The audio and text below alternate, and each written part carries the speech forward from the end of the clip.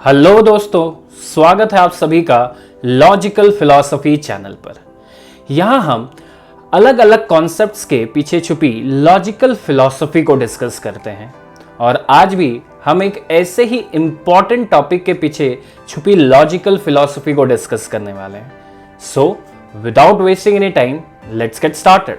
दोस्तों, आप सभी को तो ये पता ही होगा कि भारत में दो ऑफिशियल लैंग्वेजेस हैं, एक है हिंदी और दूसरा इंग्लिश। लेकिन प्राइवेट सेक्टर और गवर्नमेंट सेक्टर में जितने भी डॉक्यूमेंट्स बनते हैं ज्यादातर सब इंग्लिश में, जितने भी कंप्यूटर सॉफ्टवेयर्स हैं सब इंग्लिश में, जितने भी जॉब इंटरव्यूज होते हैं ज्यादातर सब इंग्लिश में होते हैं, जितने भी मीटिंग्स या फिर ऑफिस में जो लैंग्वेज बोली जाती है वो भी इंग्लिश, और यहां तक कि जितने भी एग्जाम्स हैं सारे एग्जाम्स में कॉमन सब्जेक्ट इंग्लिश। इसीलिए दोस्तों, इंग्लिश सीखना हमारे लिए आज मैंडेटरी हो चुका है। और आपको यह भी पता होगा कि इंग्लिश सिखाने का बिजनेस भारत में एक बहुत ही बड़ा बिजनेस बन चुका है। तमाम तरह के videos, books, coaching classes available हैं जिनसे आप इंग्लिश सीख सकते हैं। लेकिन दोस्तों, मेरा आपसे यहां पे एक सवाल यह है कि क्या इन सारे चीजों के मौजूद होने के बावजूद आपके पास इंग्लिश सीखने का एक परफेक्ट तरीका आ चुका है? अगर आपका जवाब है हां, तो आप इन तरीकों के साथ बने रहिए और आप ये वीडियो यहीं पे छोड़ सकते हैं। लेकिन अगर आपके पास ये तरीका अभी तक नहीं आया है और अगर आपका जवाब है ना, तो आप इस वीडियो के साथ बने रहिए।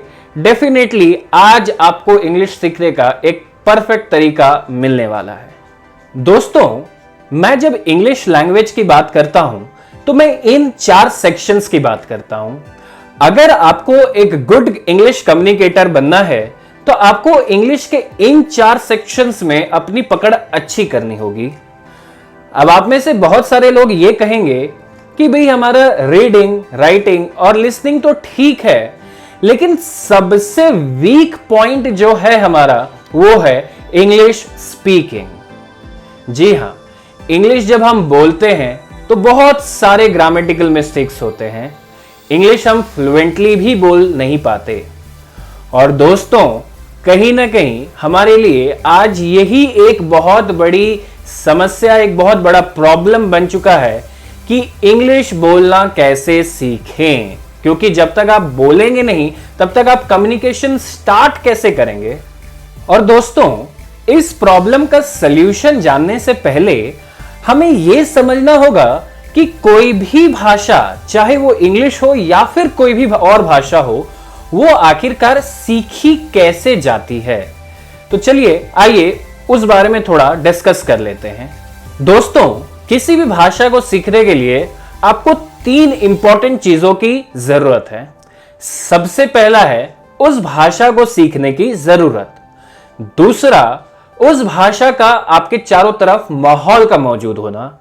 तीसरा, उस भाषा को सीखने के लिए आपके पास एक परफेक्ट सिस्टम का होना। चलिए आइए इन 3 सेक्शंस को थोड़े डिटेल में समझते हैं ताकि आपकी अंडरस्टैंडिंग और पक्की हो सके।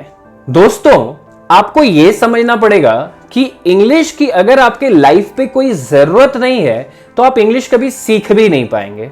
इसीलिए सबसे पहले अपनी जरूरत को समझें।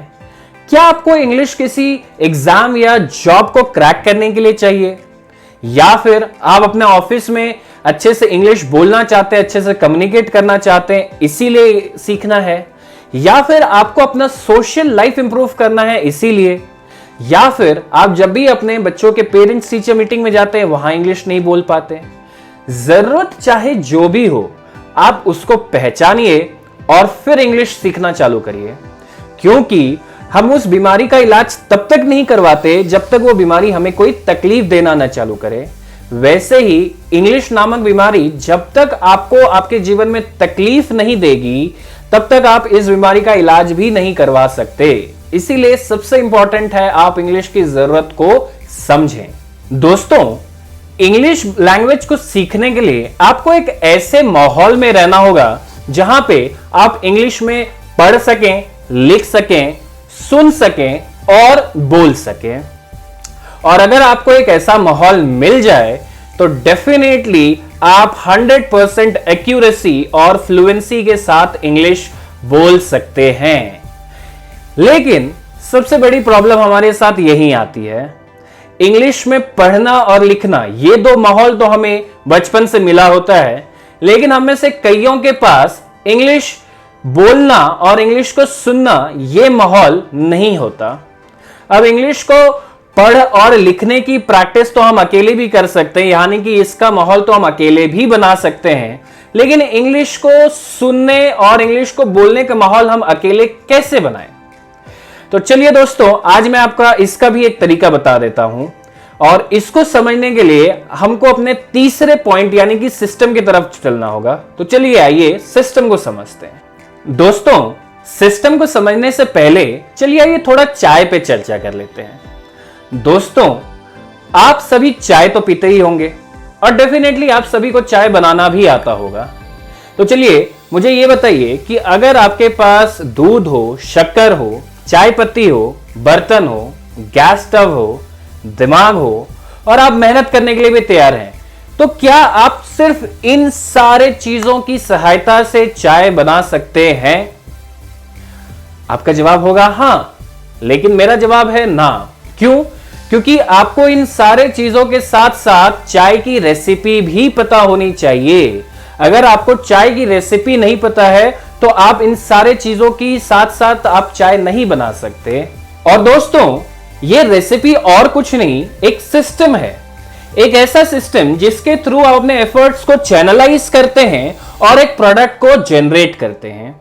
उसी तरीके से अगर इंग्लिश का भी आपके पास एक परफेक्ट रेसिपी यानी कि एक परफेक्ट सिस्टम हो, तो अपने एफर्ट्स को सही तरीके से चैनलाइज करके आप भी इंग्लिश बोलना सीख सकते हैं। दोस्तों, इफेक्टिव इंग्लिश स्पीकिंग ये हमारा गोल है, लेकिन आपको यह समझना होगा कि इंग्लिश स्पीकिंग और कुछ नहीं, ये इंग्लिश रीडिंग, राइटिंग और लिसनिंग का एक कंबाइंड आउटकम है।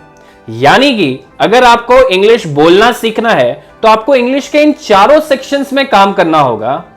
तो चलिए आपको मैं आज एक ऐसा सिस्टम बताता हूं जिसके बदौलत आप इन चारों सेक्शंस का एक माहौल क्रिएट कर सकते हैं और आप इंग्लिश बोलना सीख सकते हैं। दोस्तों, ये सिस्टम एक 3 मंथ कोर्स की तरह है और ये पूरा सिस्टम 3 लेवल्स में डिवाइडेड है, लेवल 1, लेवल 2 और लेवल 3। लेवल 1 फर्स्ट मंथ के लिए फॉलो करना है, लेवल 2 सेकेंड मंथ के लिए और लेवल 3 थर्ड मंथ के लिए। तो चलिए आइए देखते हैं ये लेवल्स क्या है। दोस्तों, लेवल 1 को आपको एक पूरे महीने के लिए फॉलो करना है और इन चारों सेक्शंस में काम करना होगा। सबसे पहले आप रीडिंग से स्टार्ट करिए और लेवल 1 में रीडिंग में आपको शॉर्ट स्टोरी बुक्स रीड करनी है। और दोस्तों, रीडिंग का इस पूरे सिस्टम में उतना ही इंपॉर्टेंस है जितना कि हमारे शरीर में पानी का। और जब आप रीडिंग करें तो जो भी हार्ड वर्ड्स आपको दिखें उनको आपको रेड पेन से अंडरलाइन करना है। राइटिंग में आप एक अलग से नोटबुक प्रिपेयर करिए और इस नोटबुक में जितने भी वर्ड्स को आपने बुक्स में अंडरलाइन किए हैं उन सारे वर्ड्स के मीनिंग्स लिखिए और 2-2 एग्जाम्पल्स लिखिए। फिर बढ़ते हैं लिसनिंग की ओर। लिसनिंग में आप शुरुआत इंडियन इंग्लिश पॉडकास्ट से करिए। ये पॉडकास्ट ऑडियो क्लिप्स होते हैं और शुरुआत आप गूगल पॉडकास्ट को डाउनलोड करके कर सकते हैं। और लिसनिंग का भी इंपॉर्टेंस आप समझ लीजिए दोस्तों कि बिना सुने कोई भी भाषा हम नहीं सीख सकते। आपने अपनी मातृभाषा भी सुन के ही सीखी है, इसीलिए बिना सुने आप कोई भाषा नहीं सीख सकते। और स्पीकिंग में आपको क्या करना है, दिन भर जितने भी लोगों से आप बात करें उनके साथ आप हिंदी या जो भी आप भाषा बात कर रहे हैं, जो भी रीजनल लैंग्वेज, आप इंग्लिश के वर्ड्स यूज करके करना चालू करिए, जैसे कि मैं अपने वीडियोस में करता हूं। अगर ये सिस्टम आपने पूरे 1 महीने तक फॉलो कर लिया तो आप लेवल 1 को क्लियर कर लेंगे। और इन तीनों ही सेक्शंस को आपको 30 मिनट्स डेली फॉलो करना है और स्पीकिंग को पूरा दिन। दोस्तों, लेवल 1 क्लियर होने के बाद आपको लेवल 2 पे आना है और इसे भी आपको पूरे 1 महीने तक फॉलो करना है। अब यहाँ पे रीडिंग में आप शॉर्ट स्टोरी बुक्स के साथ साथ न्यूज़पेपर को भी रीड करना चालू करिए और ध्यान रखिए कि ये न्यूज़पेपर आपके अंडरस्टैंडिंग के हिसाब से ही हो। राइटिंग में अब आप क्या करिए कि जो भी स्टोरीज को आपने पढ़ा है उसको अपने ओन वर्ड्स में उसके समरी को लिखना चालू करिए। और लिसनिंग में अब आप इंडियन इंग्लिश मूवीज देखना चालू करिए और ये आपको यूट्यूब पे अवेलेबल है।